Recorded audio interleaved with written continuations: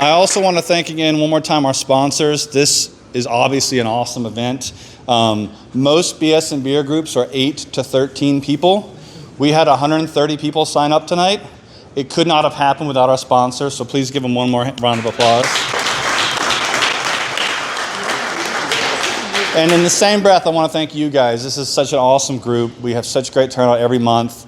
Obviously, this is a pretty special event. So thank you all for being here and for supporting us. This has been really fun. Thanks, Chris. Cool. So I now get to give the least necessary introduction of all time in BS and Beer.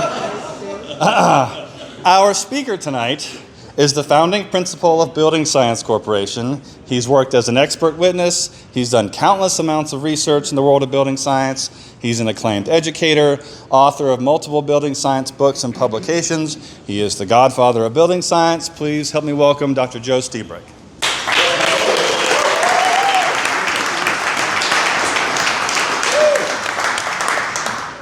He couldn't make it, so I'm here. I view this as a tremendous honor and a privilege. Thank you for inviting me. Southface and I go back 30 years, and it was a big deal when I was just a struggling kid. I would drive a rusted out Ford Tempo from my mother's basement in Toronto to sleep illegally in the Southface parking lot in Atlanta. And it was we go back a long way, and so I adore you, I respect you, and thank you very much. I'm going to do a presentation I've never done before. I'm being recorded. That's right. I don't care anymore. Back in the day, you realize you're being recorded. Well, now it's like, I don't care. I mean, you tell the truth and you offer your opinion, and if they disagree with you, you rip out their hearts and eat it while it's still beating. Right. Really a presentation that I've actually never done before. I'm trying out new information, wanting to talk about durable, sustainable, and resilient because folks are making stuff up. And I think I'm the only person who should make stuff up. I got the right reaction. So here goes. And what does it mean? So I'm going to give you my opinion.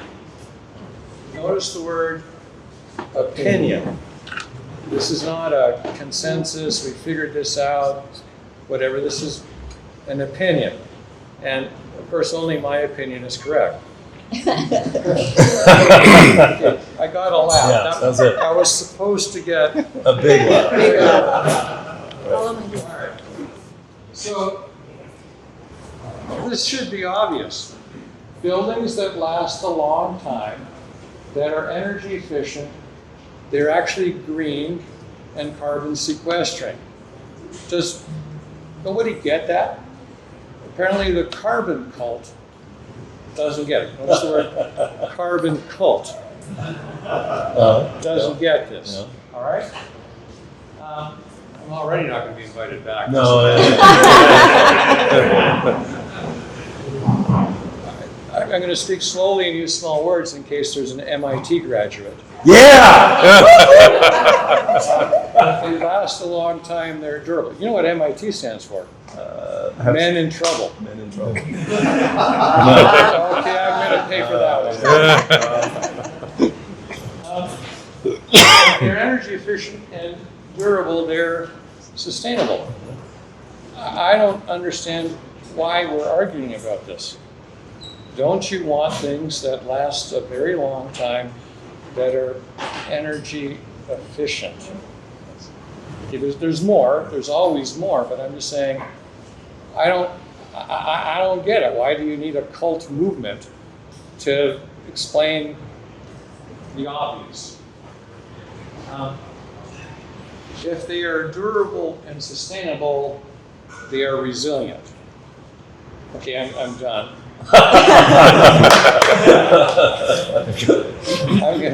pile on now, but I'm just simply saying, to me, this is insanely obvious, and why people are arguing about this, and we got, it's like, wow, how is this not obvious? Well, apparently it's not obvious. Of course, there's more. Duh. If you make them last a long time and make them durable, energy efficient, they're very carbon sequestering and green. So don't go out and make them green, make them last a long freaking time and make them energy efficient. That's green. And I don't care if you use concrete. I don't care if you use anything, as long as it lasts a long time. Now, there are weasel words there, but I'm going to now say, well, no, there's actually some things you got to worry about. But I'm just saying, I don't understand why we have an argument about this. It's frustrating. So I'm now going to define a long time. Now, this isn't my definition. This was taught to me when I was a young punk kid in my 20s, all right? That was like a long time ago in a galaxy far away. So this is the way that it was done in the 51st state. That would be Canada. Take off, eh? So 3 times the mortgage period. That's the way we defined a long time. We wanted buildings to last at least a minimum of 3 times the mortgage period. So 30-year mortgage, 90 years, I rounded it up, this is my Joe rule, 100 freaking years, a century. Anybody, how could you argue with that? That's a long time. Now, some of you might be surprised at this. There are buildings in Europe that are older than 2,000 years old. Unfreaking believable. Of course, the greenie weenies don't get it. Just letting you know, if they last 2,000 years, that's pretty sustainable and carbon sequestering. Everybody kind of understand that? I'm speaking slowly, using small words.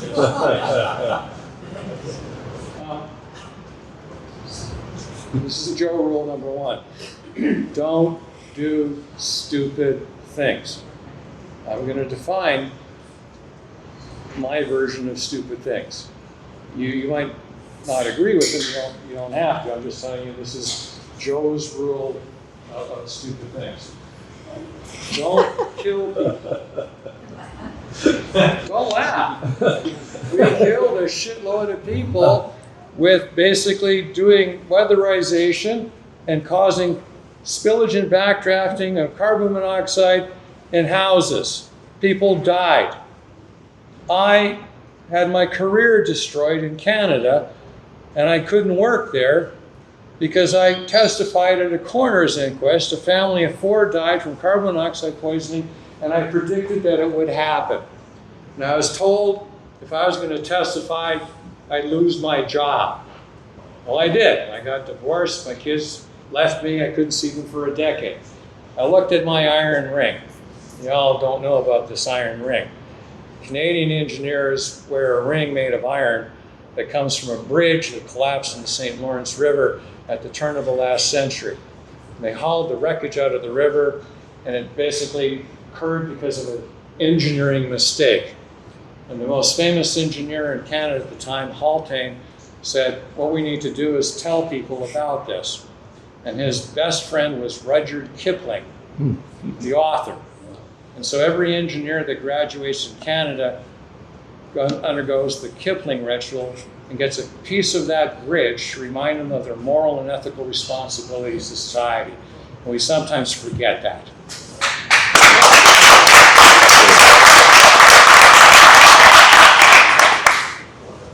All right, definition of a building. This is not my definition. All right, of all of the stuff that I've done in all of the decades, very little of it is my stuff.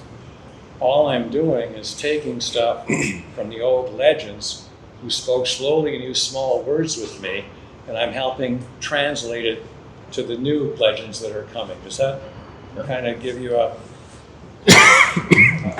sense? So I was told to be an environmental separator. You want to keep the outside out and the inside in. Why? Well, sometimes the outside sucks and you don't want it inside. Anybody not get this? Sometimes the inside sucks and you don't want it in the thing that separates the inside from the outside. Everybody got this? Yep. Well, what are the odds that that environmental separator is perfect? Slim to none, and slim is just left out. So sometimes the outside gets into the thing that separates the inside from the outside. You have to decide whether to kick it back or let it through. Sometimes the inside gets into the thing that separates the inside from the outside.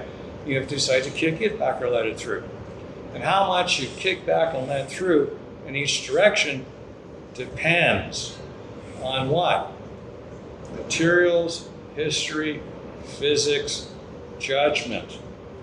Whoa, that'll never work. Here's the list. Now, I want to tell you a little bit about this list. The most important things are not listed in order. The single most important thing is fire, followed by structure. Right? Fire, followed by structure. The first building codes on the planet were fire. London burned. Chicago burned twice. Then, Boston burned, but nobody remembers the Boston fire because they finished second. Thank you for laughing at that one. If I have to beg for this is so after fire and structure, heat flow, airflow, water vapor flow, rain. This should be a no-brainer. It's just that we don't bother to teach architects or contractors or engineers any of this. It's embarrassing. Now, back in the day, as a youngster, old-timers would speak slowly and use small words with me. And I learned something, and I learned two things that I became famous for. Are you ready for this? Okay, here goes. It's okay for things to get wet if they dry. Anybody not get that? Here's the catch. Drying requires an exchange of energy. What have we done to the exchange of energy?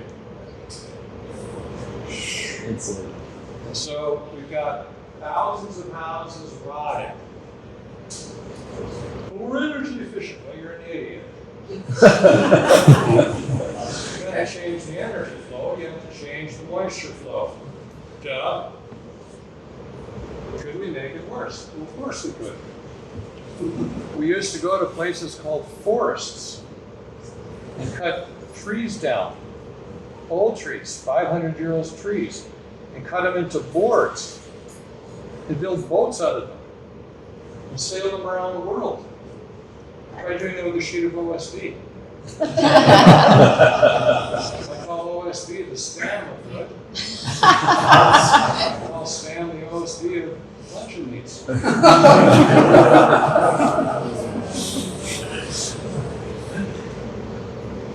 we going to go? Okay, there's one more. I view engineered wood as an insult to wood and engineers. Allison, that's a new one. You could put that into or whatever. It was brand new for this is world premiere for new material. So what are the odds that we're going to be building out of 500-year-old trees again? No. No. So everything is more moisture sensitive. We're way more energy efficient. we have to change the way we build. Now here's the aha thing. It's easy with the new building with a clean sheet of paper. Do you have any freaking idea how difficult it is to deal with existing buildings? And the people that are dealing with existing buildings are mostly activists. You can't do math or physics, become an activist.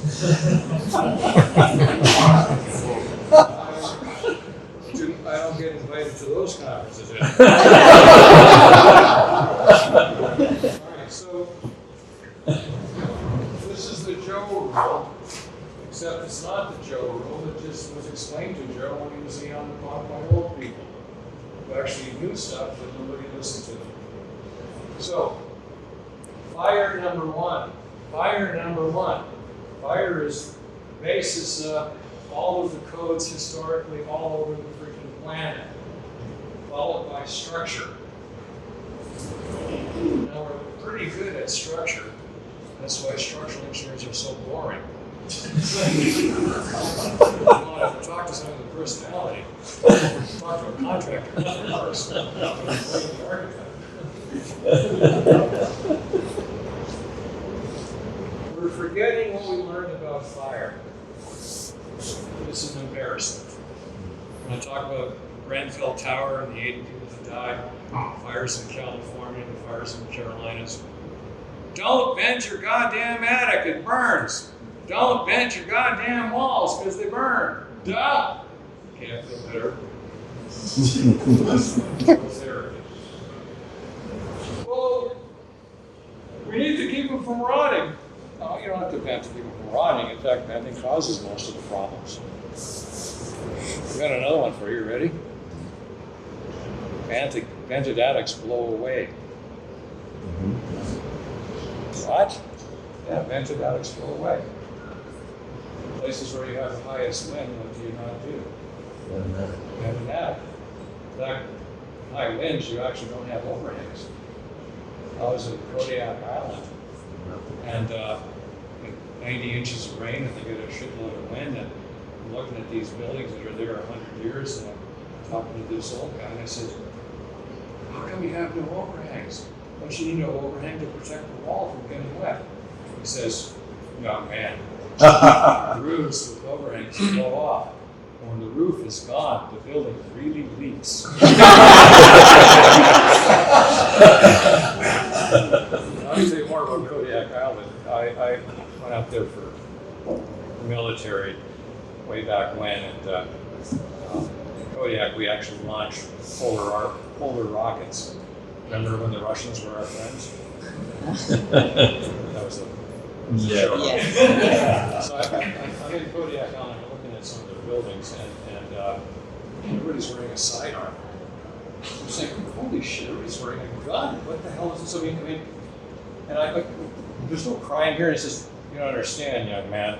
On Kodiak Island, humans are considered food. Yeah. Bears. Yeah. Don't lock your That was a good line. All right, so fire and structure followed by wind, flood, and contaminants. That's the order we should be focusing on. The second order is materials and energy. We're screwing up the order. We want greeny materials. We want to save a shitload of energy. No! Fire, structure, wind, all of that stuff is way more important. We got the order wrong. It's time to rise up. I can see that stuff.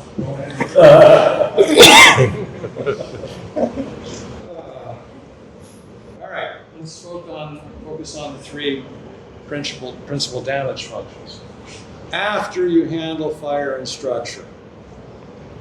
After you handle fire and structure. Did I mention after you handle fire and structure? Okay. Then you deal with water, heat, and ultraviolet light in that order. Water is way more important than heat. Are you with me on this? Then the heat, and then the last thing is ultraviolet light. What part of the building sees the most stress on the damage functions? Where the building touches the sky, right? Yes. It's real hard to do freaking roofs correctly. You got it. All the way where the building touches the ground, and then the sides. The problem with the sides is we fill holes because of architects on trucks. They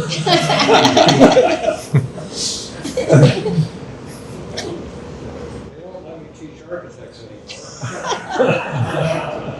Except at one place.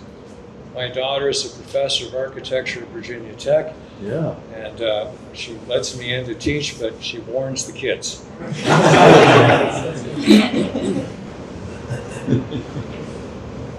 Fire first, structure second, energy last. The problem is we're changing the order and screwing it up. I'm an engineer, 3 degrees. I can't help myself. I've got a genetic defect. It's the efficiency gene. I want to be efficient, but I'm old, so it's important not to die first, right? You want to handle fires first, structure second, energy last. When you're doing the energy, don't screw up the fire and the structure. What are we doing? We're screwing up the fire and the structure. Oh, we want to save energy. You're an idiot. I actually don't say that. I give them the look. I got the look for many years from earlier relationships. All right. Grenfell Tower, United Kingdom, June 2017. 80 people died. That's what they didn't tell you. Fire started on the 2nd floor because they changed the refrigerants to be flammable refrigerants. Are you fucking kidding me? Well, greeny weeny, it's saving carbon. Well, we can save a lot of carbon by killing your family. We'll always start with your family first. How many people knew it was a flammable refrigerant? I did not know So it was in all of the papers, right? that. No. You're not getting the humor. Are you kidding me? The other thing they didn't tell you was that this is a 40-year-old building that had been retrofitted. It's perfectly fine for 40 freaking years. And then they put a ventilated cladding on the outside because walls have got to breathe, you got to ventilate the shit out of them, but they ventilated them with compressed napalm.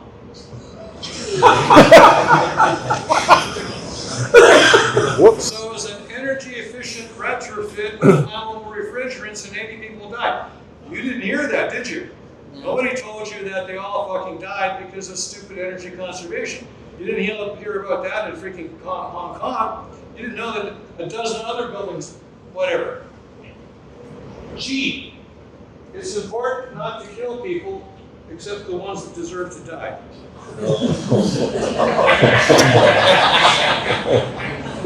I'm going to get into trouble for that one. So this is what it was. It was great. Rocks don't burn. Repeat after me. Rocks don't burn. Rocks don't freaking burn. And so it was there for a long time. So let's insulate up the yin-yang wazoo. So that was the new building with continuous insulation on the outside and a cladding system that was vented. And oh yeah, it burned like crazy. Let me tell you a little bit about fire. We know a lot about fire. We wrote it in things called books a long time ago. If the airspace is less than 3/4 of an inch, the boundary layer friction of air stuck into the surfaces starves the fire. If it's an airspace less than 3/4 of an inch, you don't need the fire stop. Well, let's have a 2-inch airspace to save a shitload of energy because we need to ventilate the shit out of it, right? You're an idiot. And we need to have your family in this with us. No. They were warned. They were warned because a dozen other buildings burned. In France, believe it or not, in Slovenia. Anyway, vented claddings are a problem when they're over-ventilated. So this is Grenfell Tower. So it's perfectly fine until we made it energy efficient. So let's put a whole bunch of insulation on the outside, put a vented skin on the outside of that, put a cladding that burns. Great idea, right? So what happens is the fire pops out on the first floor. It goes up the airspace. It goes up. Pops in at every floor. Hong Kong, this is a week ago. They didn't tell you about that one, did they? Wow, it was the bamboo cladding because the Hong Kong people are stupid. It was being renovated with continuous insulation that burned on the outside. It's not part of the narrative, right? Now you don't understand. I love ultra efficiency, okay? I'm not arguing against it. I just say you shouldn't die. I want the buildings to last a long freaking time. We know how to do it, but we're not doing it. So that's Hong Kong. Joe, how did all the, I can say again. how did all the buildings versus slates? I can see one of this burning twice. Why all 8? Well, all of them burned because they had large air spaces and it just jumped. It was insane. Absolutely freaking insane. And now for something completely different. Marco Polo Apartments, Honolulu, Hawaii, 2017. Fire started. It didn't spread because it didn't have a vented space. We know how to do this so that they don't freaking burn. Okay? Well, we need to ventilate the shit out of it to save energy. Why don't we put your family in there? That was really bad. Monte Carlo Casino, Las Vegas, Nevada. The only thing that burned was the EIFS sign.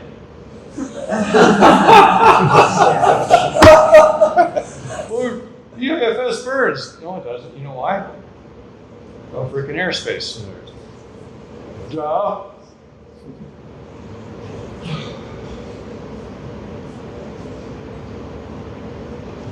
right. I'm going to get into trouble. What the hell? Wildfire, floods, and hurricanes. I'm getting tired of hearing that it's all about climate change.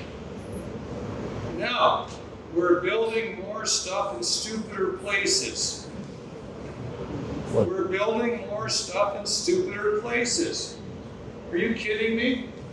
We never built in those freaking places before because they flood, because they shake, they blow away. This is really stupid. We need to stop doing stupid stuff. Now, if we want to build in those places, we have to build differently. We know how to do it, but we're not doing it.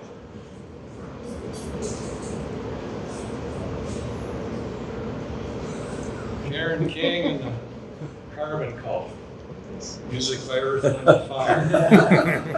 The earth moves under my feet. Yeah. Oh, yes. Yes. The undergraduates don't get any of this. Give us a song. No way. Give us a song. Give us a song. Oh man. So yeah, Unbelievable. let's go to Houston and let's build right on the freaking water and flood it.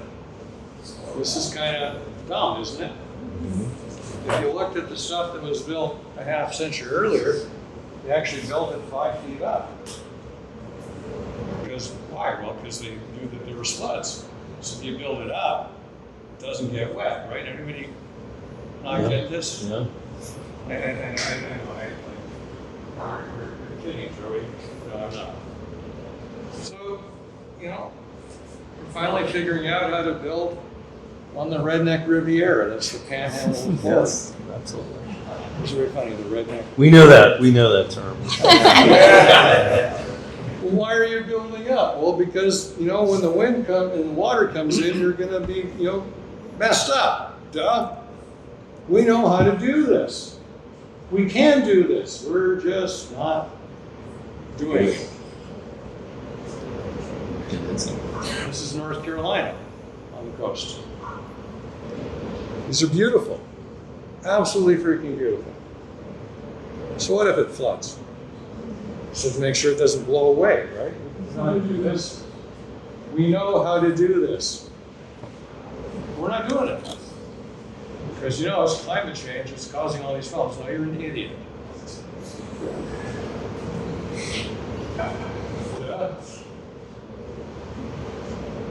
Yeah. Okay. This is a sad story, but a happy ending. Lower Ninth Ward, New Orleans. Remember Katrina? And they wiped out. It's a poor part of town. So, you had a bunch of activists, folks that were famous and whatever. They said, well, let's hire some famous architects from Los Angeles and New York. So let's get people who don't know anything about New Orleans to build famous houses that didn't freaking work. So one of the people that funded all of that was Brad Pitt. And it was a disaster. Let me tell you about how good a man Brad Pitt was. He came back, and we helped him and we fixed it. He spent $25 million of his own money to fix everything. Nobody knows. Sorry it didn't work out with him and Angelina, but if he ends up running for mayor of New Orleans, he's got my freaking vote. Nobody knows that he just fixed it correctly. Anyway, you know how to do this. We're doing it. So we built a crawl space, built it up, and put an inch and a half of rigid foil-faced insulation and called it a freaking day. Well, how high do you build it? Well, look at the flood history. Duh. It's not engineering. It's not complicated enough to be engineering. It's common sense. Of course, good engineering is common sense. Really good architecture is insane. So, gee, Joey, you're actually building on the panhandle correctly. Well, yeah, it's because they keep blowing away, and we figured, okay, it's happened a couple of times, maybe we can figure this out. And we have. We figured it out. This is a retrofit. I took this picture and I laughed my ass off. The wind was coming in New Orleans, and they tied it down. And I'm like, wow. That was amazing. So believe it or not, this is kind of standard when a high wind event, they tell people to tie them down. The only people that don't know this are the people that build domes.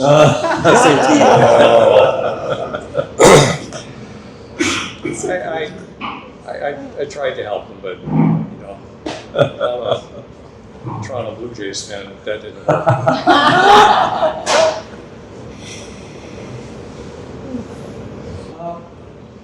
So, how do you deal with a hurricane? You build it on a CMU and stucco on the outside and rigid insulation on the inside.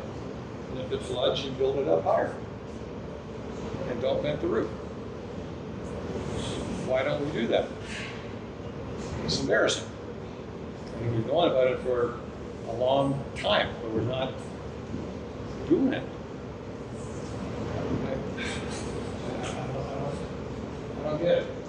Could we do it with, I see insulated concrete foam blocks, Lego blocks filled with concrete? Sure, I don't care. I mean, I like concrete with foam on the inside. If they like their foam blocks, and I don't have a problem with that. I don't think it's necessary, but hey, it works. So, okay. Will you say that it works? Yes, I'm saying that it works.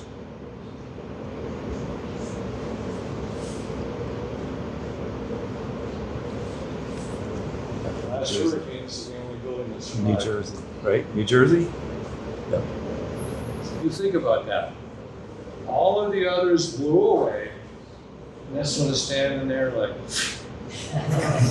yeah, come for me, Mother Nature, I got you. Where was that again? New Jersey. No, it's not New Jersey. This is the Panhandle. No, this is, wasn't there a New Sorry, Jersey it's incident? not New Jersey. Not New Jersey. I think they had a similar New thing. Jersey. There was, There have been a couple. yeah. But I'm just simply saying we know how to do this. We know how to build. Wildfires. The biggest problem are embers, the vented roofs. Don't vent the roof. Anybody not get this? Well, we're going to lose the shingle warranty. The shingle warranty is bullshit. Let me explain why it's bullshit. The color of the shingle is more important than whether you vented or not. You have the same, basically warranty whether it's a black roof or a white roof. Which roof lasts longer? I'm not going to be racist here. White roof, why? Doesn't absorb it. It's colder. Anybody not get this? It's even better. We've got a roof that's identical in New Orleans, St. Louis, Minneapolis. We have the same warranty. Which roof lasts longer? Minneapolis. Minneapolis. Which one lasts the least? Duh. Big. More complicated. Roofs that face southwest age more than the roofs that face northeast. Yeah, I know I'm a legend.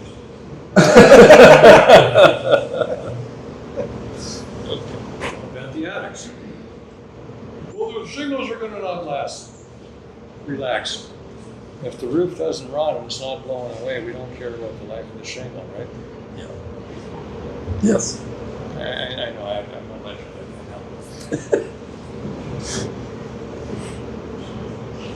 So,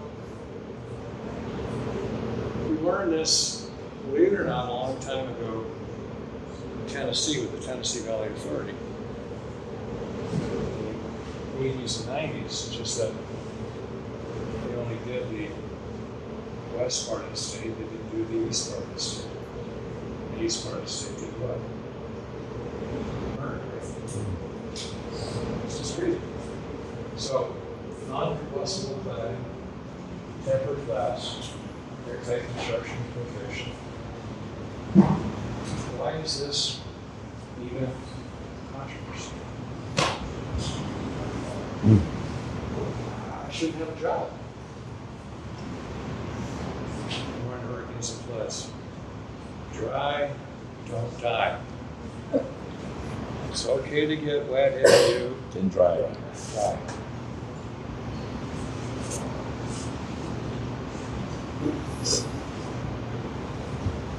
So this is Houston, and we're running out of building Houston now. We should have built up, but older houses are going to build up. We're not building a lot of stuff that they don't rinse and dry. And believe it or not, this next image, read the sign. It's no salvage by order of slave master.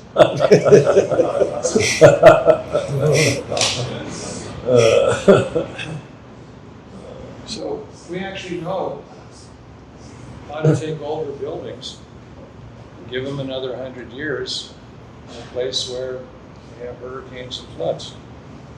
We know how to do it and be energy efficient. But we're not doing it. We're not doing it correctly. And I'm frustrated. So I drink really good red wine with a cork. Just letting you know. All right. I think I mentioned this. It's okay for them to get wet if they dry.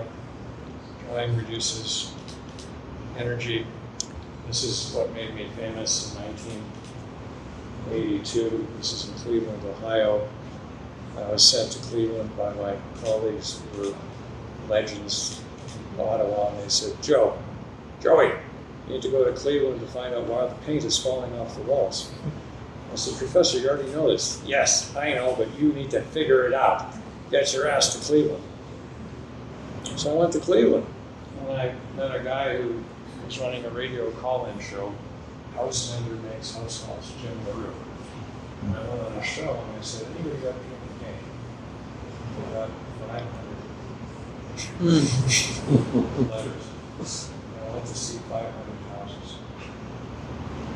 And what did I find? This is the way I look. Wow. A long time ago in a galaxy far away. The reason the paint was stealing is because the weatherization program blew insulation into the walls, reduced the drying potential so the paint fell off. The water was always getting in between the lats of the paint. Inside it. You want to know what the solution was? Wedges. Put plastic wedges in to open up the latch. Piece of cake. You just didn't know. I used to live like that.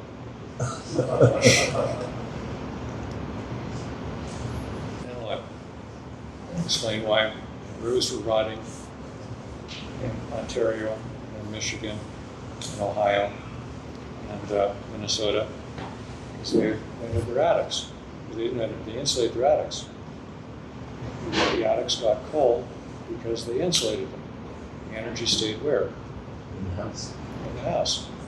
So attic ventilation when the air outside is cold, you can't pick up moisture, but if cold air leaks into the attic and it warms up because it's fully insulated, it gives the capacity to pick up moisture. So attic ventilation only works in fully insulated attics. So when we insulated up the yin-yang residue, the roofs alive. This is actually my house. First divorce. Why do you know so much? I was stupid first. What was the solution? Air sealed the attic, but we had to change the furnace because people were dying. Now, I got a lot of money to figure out explosion backdrafting. I got $1 million. Consumer Court Affairs gave it to me, and they says, you can't take it unless you take your master's degree.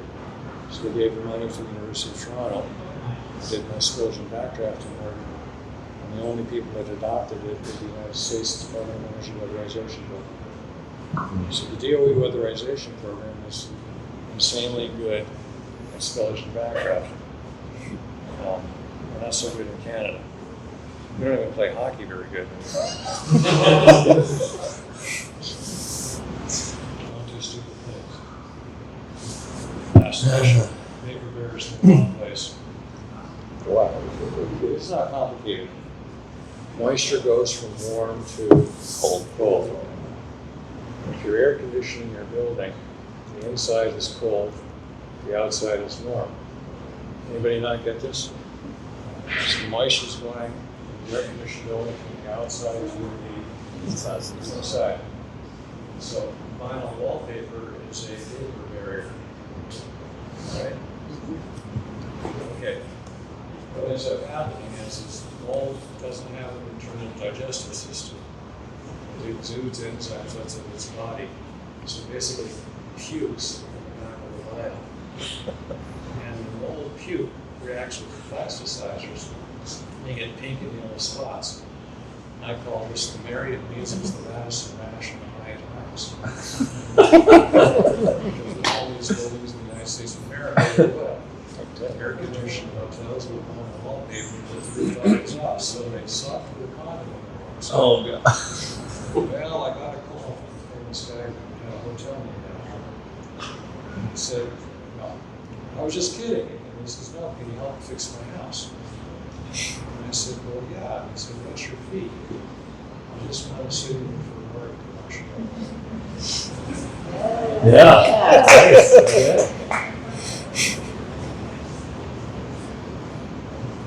You really want to build out of this? The answer is you have no choice. So what do we have to do? We have to come to terms with this fact that the stuff is more water sensitive and we have to protect it more. We know how to do it, but we're not doing it. We know how to do it. There's a big change when we went from plaster to paper-faced drywall, right? Think about this, the old timers told me, we're lining the buildings with paper, we're building paper buildings, even the dumbest of the three little pigs didn't build his house out of paper. So we can actually use wood, paper-based materials, but we have to be insanely good at handling Moisture. moisture and the energy flow. We're not doing it. We're not doing it.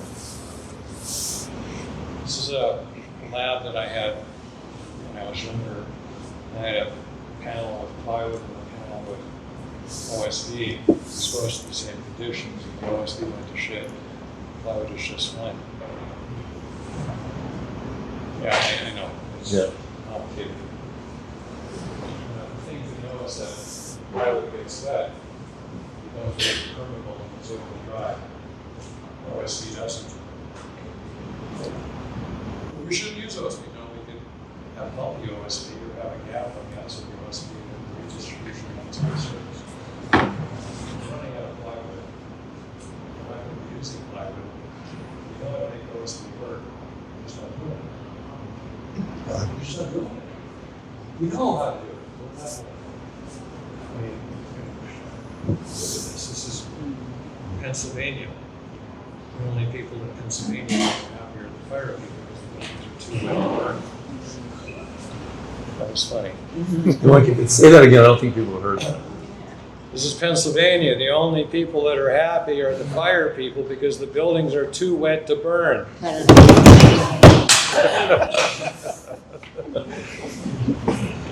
So plywood used to take water into it and distribute it laterally and dry in both directions.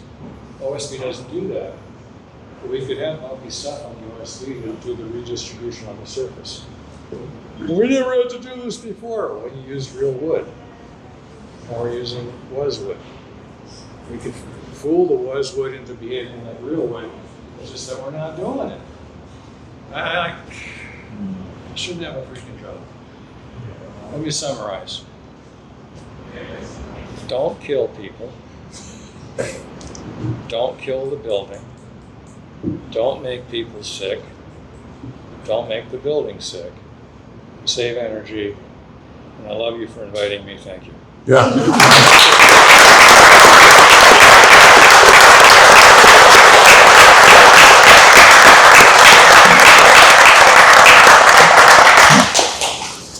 Joe, thank you so much for being here. Does anybody have any questions for Joe while we're here? Is that okay? I have no friends. Please ask. You have a lot of friends here. What do you think of the fast wall construction? Fast wall, FASWAL construction. It's a concrete block that's made out of wood aggregate that they've been building in Germany since World War II. It doesn't rot, but Well, no. So this is a concrete block that's filled with. no, it's not. It's not. It's actually the aggregate instead of gravel is wood, but the lime keeps it. As long as you allow it to dry, it can get saturated and it won't rot. Okay. And What's the question? the question Yeah. was, the Germans have got a magic block that's made with wood fibers with all kinds of stuff that basically keeps it from rotting. And I'm saying, I don't have a problem with that, except you need a water control layer, an air control layer, a vapor control layer, rigid insulation on the outside. Yeah. The Germans aren't doing that. Well, the fast wall is different. It's an American product. Yeah, it doesn't matter, it still has to have a water control layer, air control layer, vapor control layer, and a thermal control layer on the outside. I guess I guess it's a product that you're not familiar with that. But I think so. No, but you've described it. And No, I've had it not completely. Well, Part of it. okay, you can't have a magic block out of magic materials without having a water control, air control, vapor control, thermal control layer on the outside with a ventilated cladding. It's not going to work. Well, the thing is there's an insulation panel inside of it, and it actually is really well insulated. Well, I love it. I want it to be ultra insulated. Yeah, I don't have a problem with that. I'm just I guess- saying you need to control the water, air, vapor from the outside. Oh, they do. Yeah. I don't believe that. No, it has to have cladding on it. Well, so it has to have a cladding that's ventilated and drained. Yeah. Well, that would mean it would have a water and air control layer on the Drainage. Outside. on the outside. Okay, well then it follows the physics. But if you were to just put stucco on it, that would be a stupid thing. Maybe. Yeah. Ask me how I know. I was stupid first. I was number one. Well, thank you all again for being here. This has been an awesome year. We've got a lineup coming up next year. It's going to be a lot of fun too. January, we're going to do our first roundtable where we're going to have a list of discussions, and we're going to use the brains in our room to say, hey, what do you think about this? What would you do on that? So if you have certain building science topics you'd want to talk about that maybe aren't a full topics, like a full meeting's worth, a smaller topic, bring them with you. So we'll have a lot more discussion. I also wanted to kind of end this, if you'll allow me, in an encouraging way. When I started the idea of getting a group of building science enthusiasts together in Atlanta, I did it because I felt like I was the only one doing it. And I didn't know anyone else in the community in Atlanta. You see people on YouTube and you see people on Instagram from across the country who are doing this stuff. And I was like, I just want a network of people where I can go ask questions of, hey, I've got this detail I'm struggling with, or hey, I want to do better, what are you doing? And then here we are a year and a half later, and look around, you know. I think Atlanta is really the tip of the sword of the building science world. And I just want to encourage you to go into next year to have some energy around that and just to try to do every building you do a little bit better, because we've got a great start and a great group, and I just want to encourage you for that. Thank you, CR Home, for letting us be here. We'll say more about that in a minute, but obviously quite an upgrade from Southface. I didn't say we liked it better. I just want to say thank you to everybody for 2025. What an amazing year, BS and beer.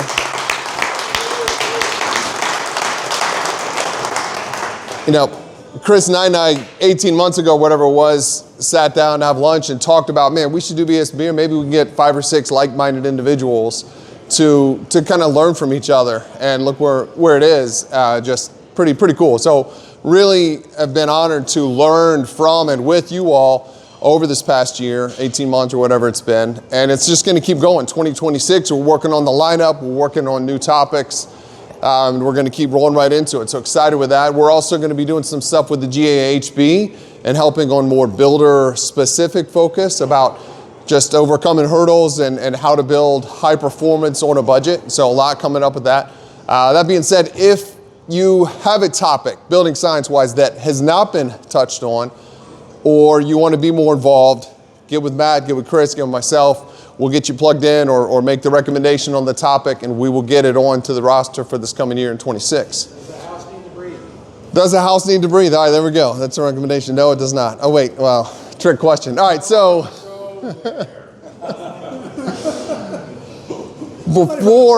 that's right. So before we get going with business, I want to say a couple of thank yous. So for this year, so Matt Hoots, thanks for coming on with our team this year. Just you have...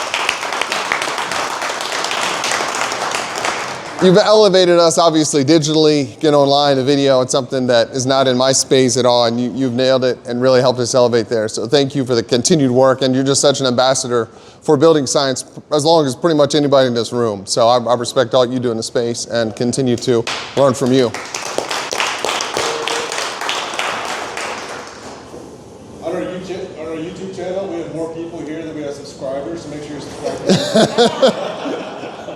We'll get the email out. All right, so Amelia. So,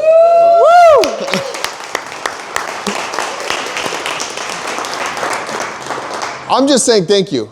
This would not happen without you. Your logistics, your organization, your structure, your keeping us on pace is invaluable. And this whole year, you make it happen. So we wouldn't be here without you. Huge thanks to you. And obviously, Chris and I, Chris, this has been your baby. You have done this. Your contacts, your connections, your passion and initiative with this, of bringing in amazing speaker after amazing speaker, of just keeping this going has been it. It would not have been what it is without you. So thank you so much. Keep it going.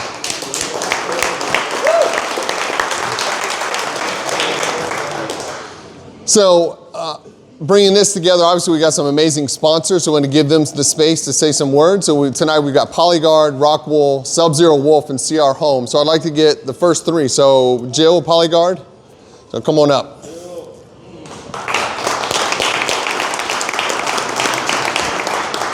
thanks for all the support that we get from BS and Brews. I really enjoy this group. You guys are the who's who of Atlanta. It was no doubt when Chris actually invited me for the first time, so thank you, Chris Knight.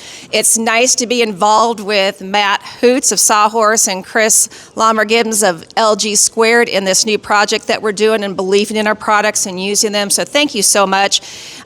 We do waterproofing. We manufacture out of and just south of Dallas. So the products that we've got on the house and the Craftsman in Southeast Atlanta, take a look at it. Most of you were there and just came straight from there, but we've got a lot of great video on there. So it's known as the Blueberry House right now. So Monopoly Frame. We appreciate it. Thanks so much.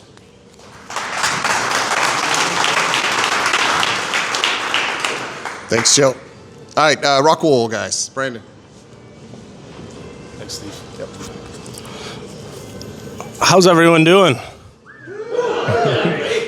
I just want to thank Chris Knight for the opportunity to sponsor this event and be a part of a community that's dedicated to building better. This is actually my first BS and Beer event. My name's Brandon Collins, by the way. I work with custom home builders in the Southeast. I'm out of Raleigh, North Carolina. This is my counterpart, Will Kelly.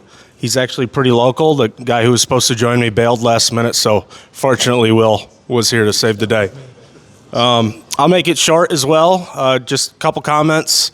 We have a new factory opening up in Washington State sometime in 2027, so that the increased capacity should provide a little bit more convenience in terms of getting product. I know in the past there's been issues with sourcing product or long lead times and whatnot. We're a lot healthier now, and we should be even more healthy by the time that new factory opens up to service the West Coast. Outside of that, new products, we have a new rigid board with an integrated smart vapor retarder designed to be used on the interior side as a continuous insulation of a masonry or concrete wall. It's called Smart Rock. So that rolled out in April in the Northeast. We're not really sure if it has a use in climate zone 3 and below, maybe 3B, but remains to be seen. So outside of that, feel free to stop by and say hi or chat or whatever it may be, but we can get to the main event now. Thank you, Brandon. All right.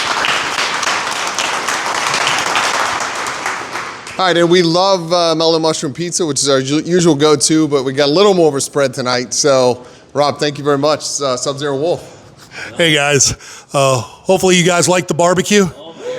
John does an amazing job, and we get to work with him quite a bit, which is fun. Thank you for the opportunity. I'm Rob Zelch with Sub-Zero Wolf and Cove Appliances. I'm the territory sales manager that gets to work with my awesome partner, obviously, with Construction Resources here.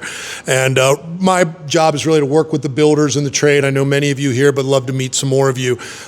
This is an exciting time because it's the first time we get to work with your event, so appreciate Chris and meeting some of the rest of the team and everything else. And we look forward to hopefully hosting you next year in our showroom, which we just completed in the heart of Buckhead. We have a beautiful Sub-Zero Wolf Cove showroom that really is there for you. It is for the trade to bring clients, to entertain, to really kind of get a feel of the luxury appliance space and what can and can't be done.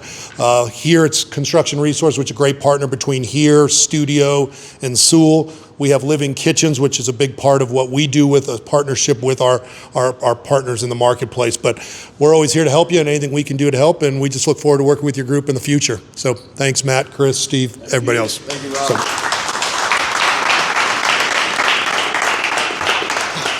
All right, now obviously CR Home, thank you guys so much for opening the space up and just allowing us to be here and do this, and then bringing so much to the table to partner with it. So who from CR is going to, Mike's taking, you got brought in. All right, so Mike's gonna say some words. CR offered to raffle some gifts off. So a few of you came in before they got the raffle ticket. So while Mike's talking, I'm gonna look for hands raised to get you a raffle ticket. So just raise your hand, I'll get to you. All right. Just talk it up. All right. And I'll be brief, but thank you all for allowing us to host this event with you. I hope everybody is enjoying the showroom. we opened this facility back in June, and we also have a facility up in Buckhead as well as our showrooms that are over in the Decatur area. And here we've got 9 products all under one roof, including all of the sales and design and everything else that we can do for all the clients. So we try to really take the client through the entire experience, through the design and selection, through actually the products that we both fabricate and manufacture ourselves, namely the countertops and the cabinetry with that, and then the installation services through that. So enjoy the space, enjoy the event. If you ever need anything, don't ever hesitate to contact us. We'd love to host you or any of your clients here and everything else. So if you have any questions, just see us anytime. And thank you all.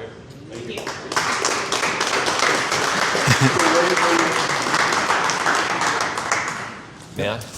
I have an announcement. We have a website. So you can tell your friends and your colleagues to go to bsandbeeratlanta.com and .org, and they can sign up and join, and so that they will be on the list, and Chris will email them when he says, here's the secret details. They will all get that. So please do make sure that you look at this. You don't need to do anything about this. If you're on the email list already, you don't need to use this. This is for you to spread the word and not be like, well, I don't know, it's in this weird place, second Wednesday, and it's like, what? So just send them here, and this is where it'll all get taken care of. I wanted to thank Steven. He's been a huge help to me and our whole group for getting this thing going the last 18 months. When I was asking around Atlanta of who should I talk to as far as like high performance builders, pretty much everyone said, oh, you got to talk to Steven Sanders Myers. He's the guy. So he's one of the heartbeats of building science in Atlanta, and we couldn't have done it without him. So thank you, Steven.